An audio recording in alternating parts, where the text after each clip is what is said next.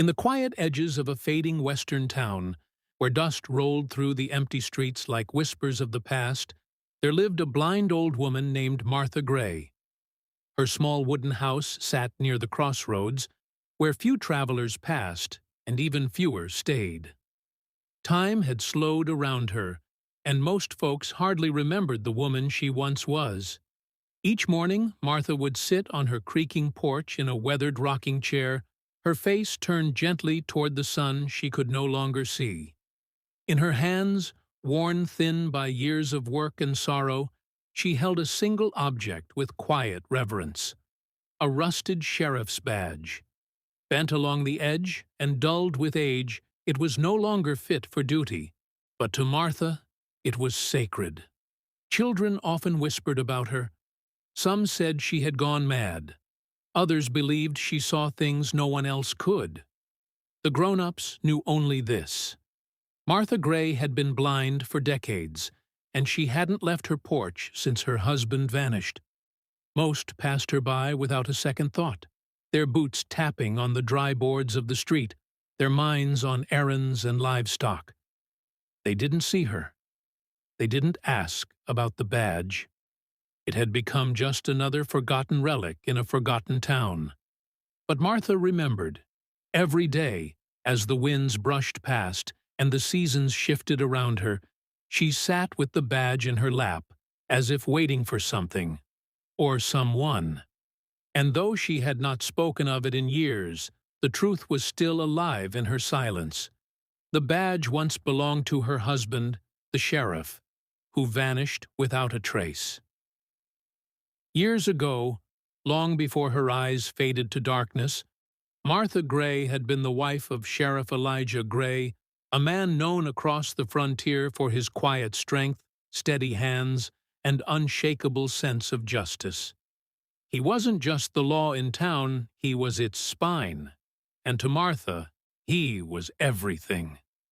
Their life together had been modest: a small home, simple meals, long days spent beside each other under the western sky. And though the world around them was often wild and dangerous, Martha always felt safe knowing Elijah rode its edges. That all changed one autumn evening when a telegram arrived. A ruthless gang had been spotted robbing caravans north of the Canyon Pass.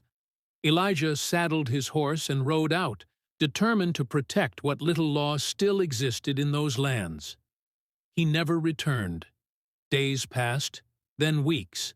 Search parties were sent, but found nothing, only scattered signs, a few tracks, and finally, near the riverbank, a lone badge.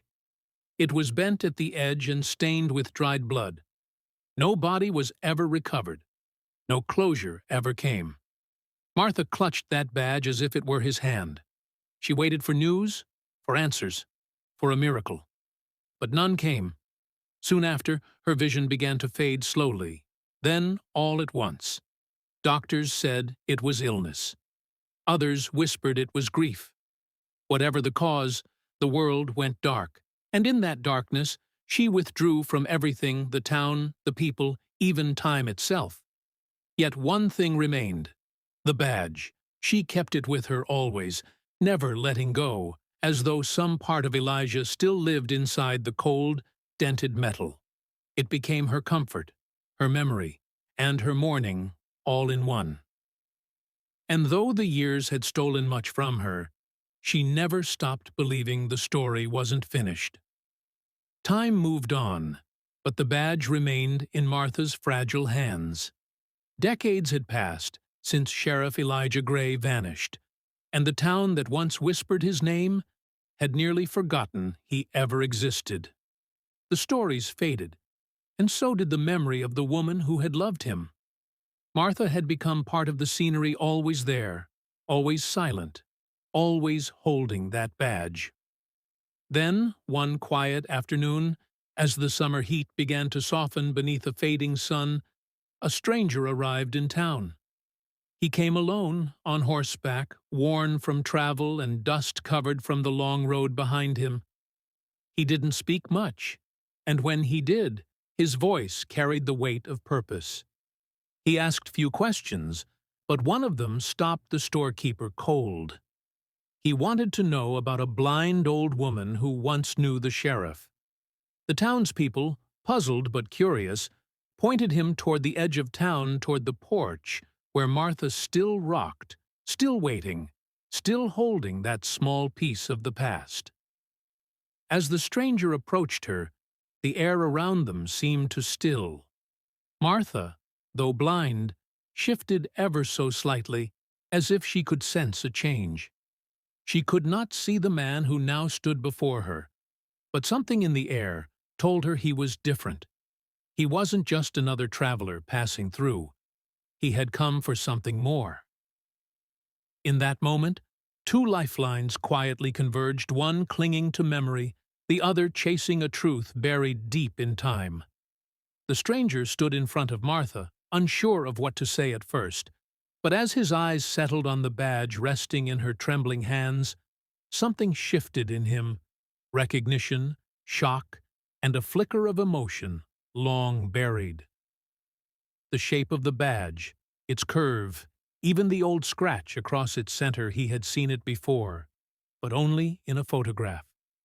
Slowly, he reached into the inside pocket of his worn coat and pulled out a faded picture, a photograph kept safe through years of travel and silence. It showed a man in a sheriff's uniform holding a small child in his arms. The man in the photo was Sheriff Elijah Gray. The child was him. The stranger had spent most of his life not knowing the full story of his father. He had grown up far from this town, raised by a foster family after the tragedy struck.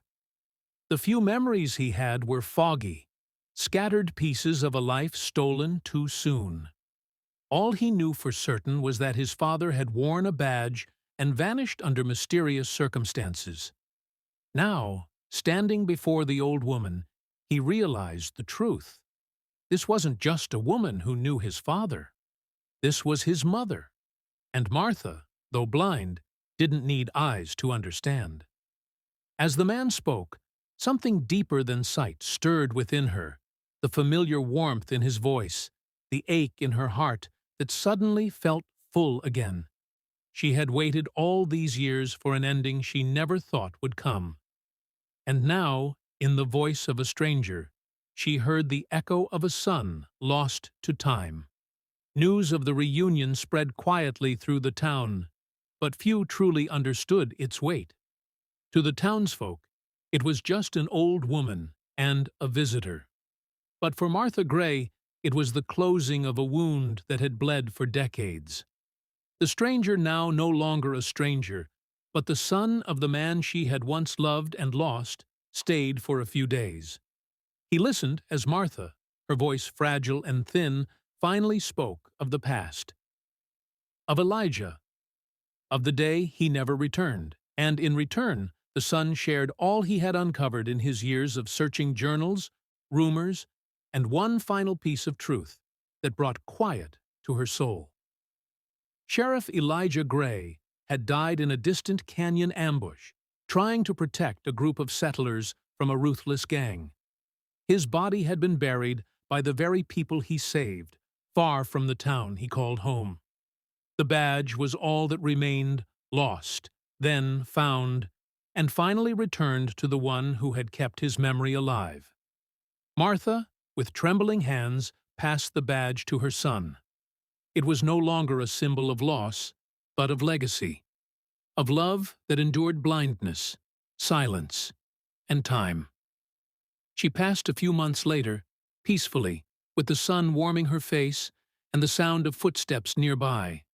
Not the heavy boots of lawmen, but the quiet stride of family returned.